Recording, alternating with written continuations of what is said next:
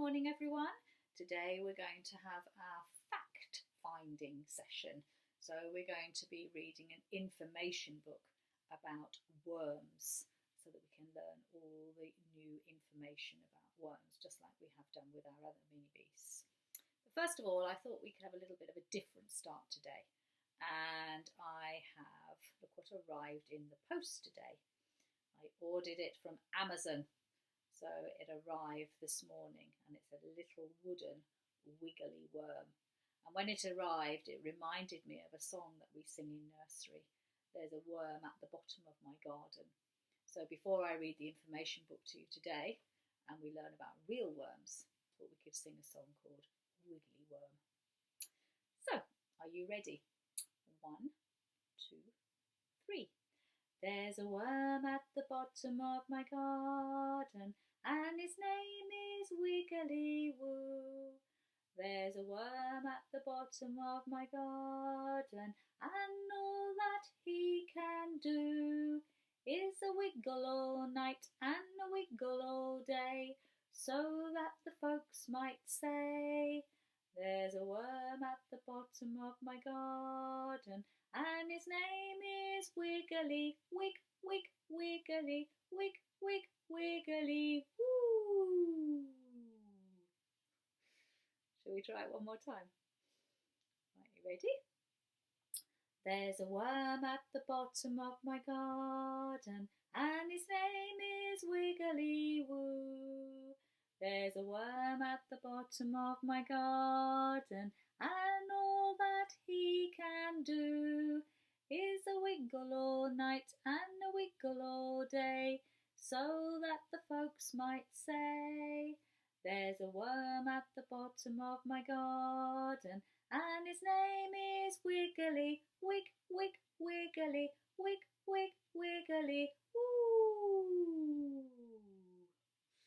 So that's a funny song that you can probably try and learn later today. So we're going from my toy worm that is made out of wood to some pictures about some real worms. And here's a picture here of a real worm, and it's a worm the type that you will find if you go digging in your garden. So worms live under the ground. So the other mini beasts that you have been looking for in your garden, you can see on top of the ground, or you can see on leaves or on flowers. But if you want to find worms, the best place is in damp places where it's nice and the soil is nice and moist. And also you will need your spades out this week, and you will need to go digging to look for some worms. And if you do, you'll probably see some birds in your garden, particularly the robins, because when I go digging out in my garden, I always have a robin who comes and sits near me, so that when I'm digging my soil, because I'm turning my soil over, the worms come to the surface, they come to the top of the soil, and that's when the birds get ready for a feast, a juicy dinner. So I've got another story for you, or an information book, sorry, and it's called Let's Look at Earthworms. So this is information all about earthworms. Okay, let's make a start. Tunnelling earthworms. What animal is tunnelling into the ground? This is an earthworm, and an earthworm has a long, thin body. And we're going to be learning lots of things this week about measurement and things that are long, and an earthworm is long. Most earthworms live in burrows. These are tunnels that are under the ground. Can you see? He's digging up the soil as he goes through the earth. It is cool and wet under the ground, and earthworms stay there because they must keep their skin from drying out.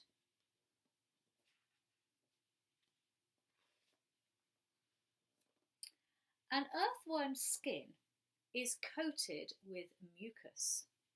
This wet slime lets the earthworms breathe and drink through their skin. So they don't drink through their mouths, they drink through their skin. That's strange, isn't it? Sunlight dries an earthworm's skin. So earthworms come out of the ground only at night time and on rainy days. And I did tell you last week there was another mini beast that skin dries out in the sunshine, and they come out at night or when it's damp and moist. What was that other mini beast that we talked about last week? Do you remember? That's right, it was the snail, wasn't it? That needs to be kept moist.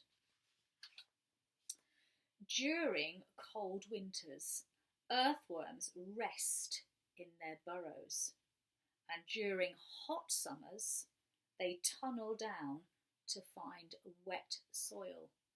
So in the winter time, they just stay where it's nice and warm underneath the surface. But in the summertime, when the sun shines on the soil and begins to dry the soil out, the worms need to burrow even deeper down where the soil is still moist. Tunneling is easy for an earthworm. The mucus on their body helps it to move through the soil. And again, that's just like the snail. Do you remember I told you last week that the snail, when it moves on that foot, which was the part of the snail we learnt about last week, it lets out some slime, doesn't it? And that slime is the same sort of mucus that the worm has. And the slime for the snail allowed him to travel upon bumpy and rough surfaces like the slabs and things outside in the garden. And this worm uses the same mucus to burrow through the earth. Segments are rings along the earthworm's body. They help the earthworm to stretch.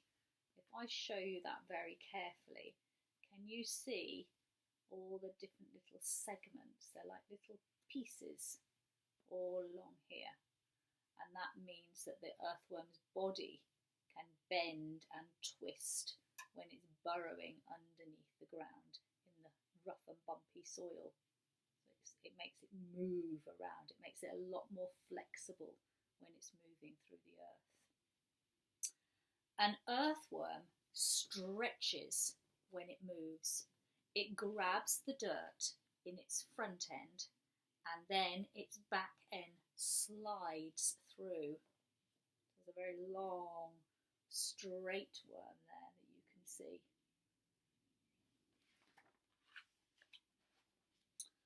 Earthworms are invertebrates.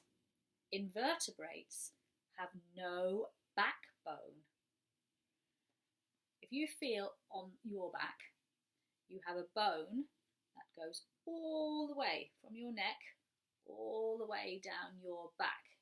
If you ask Mummy and Daddy to help you feel that backbone, and the backbone makes you sit up straight and it makes you stand up straight. But because the wiggly worm has to twist and bend, it doesn't have a backbone, so he's all floppy, so he can twist and bend through the soil.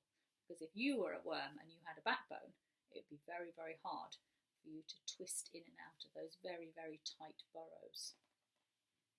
So an earthworm's body is very soft. Let it squeeze through the cracks in the soil. Earthworms push their way underground through the soil. Can you see the burrow that he is making as he travels through the soil? And again, you can see those little lines, those little segments that make him be able to twist and turn as he's making his burrows through the soil. How do earthworms move through hard soil? Well, they eat their way through it. When they eat the soil, earthworms eat tiny animals that live in the soil. Well, what else do earthworms eat? Well, this is what an earthworm's mouth looks like when it's close up. Can you see this bit here? It's a bit similar to the shape of our mouth, isn't it? If I look at my mouth shape and then I look at the earthworm's shape of his mouth, it is quite similar, isn't it? They eat dead plants and they eat bugs and they swallow the soil with their food. Soil leaves an earthworm's body in small piles called castings. So that's really the worm's poo. Sometimes an earthworm pulls food into its burrow, like this leaf. The leaf hides the burrow from the enemies, so as he's climbing and pushing his way through the soil, he brings a leaf right to the end, and it's like putting a little door on the top of his burrow, so nothing else can see him underneath the soil and come and eat him. Many animals try and eat earthworms. The earthworm clings to the ground. That means he holds on really, really tight. And an earthworm's enemies have a hard time pulling it out of the soil. So here's the bird who saw the worm on just about the surface of the soil, and he's having to pull the worm really, really tight because that worm is hanging on really tight. He doesn't want that bird to eat him. If an enemy bites off the tail of an earthworm, the tail may grow back again. Some earthworms can even grow a new head. So here's the earthworm's body, and it says, which end of this earthworm do you think the head is? Do you think it's this end?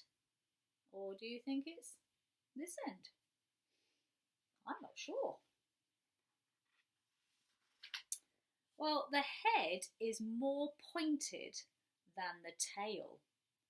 There is a bulge towards the middle, that means a bit of a lump, towards the middle of the earthworm, and that is called the clitellum.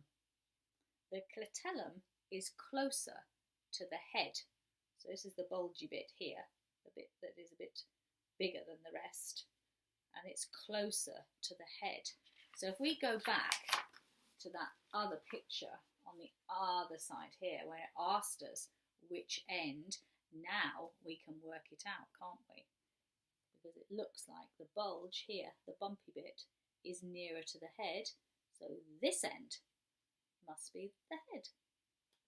Now I'll know next time I find a wiggly worm in my garden. Earthworms' clitellum makes cocoons, and cocoons are little small packages with eggs inside. Now we've had a story at nursery of another little insect that makes cocoons. Do you remember what story that was from? It was the very hungry caterpillar. Do you remember when he stayed inside of his cocoon for more than 3 weeks? And then he pushed himself out and he was a beautiful butterfly. Now, I didn't know that worms make cocoons as well. So I'm learning lots of things while we're doing our mini beast topic as well. An adult earthworm leaves the cocoons in the ground, and a baby earthworm comes out of each egg in the cocoon. So look, the little baby earthworms are hatching out of the cocoons that the worm has left in the soil. The babies look just like adults, but they are tiny, and they tunnel and they eat right away.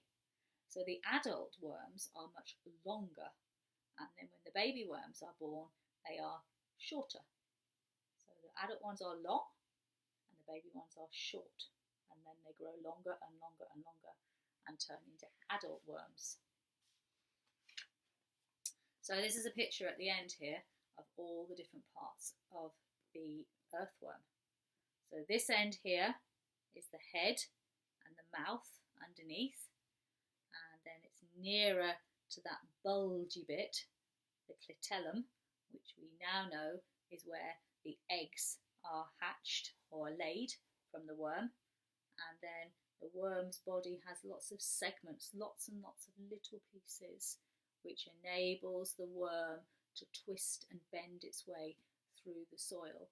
And its body is very, very flexible because it doesn't have the backbone like we have.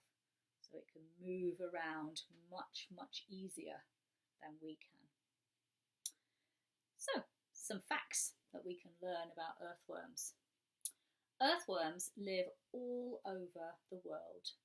They live everywhere except Antarctica, and that's because it's very, very cold. Earthworms are also known as night crawlers. Now, I think that might be because most of the worms come out at night time and they are crawling around my garden, and so they are night crawlers. Earthworms have 5 pairs of hearts. Wow! The hearts are in the front part of the earthworm's body. 5 pairs of hearts. That means 10 hearts. A worm has 10 hearts? How many hearts do you have? Ask Mummy and Daddy to let you know.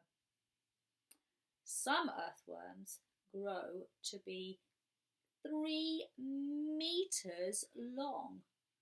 So that is really, really big. That's about 1 meter. So 3 times.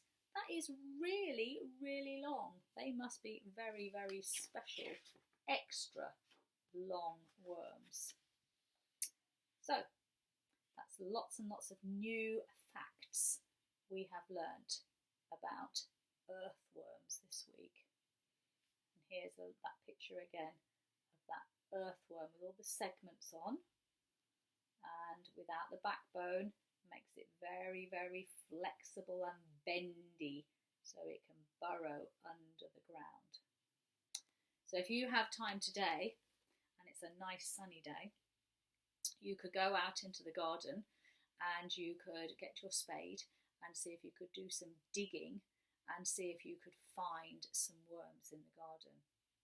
Now, one little tip: if you get some warm water and then you pour it onto the soil first, the earthworms will start to come to the surface. That means they will come to the top of the soil, and then you'll be able to see them a little bit easier.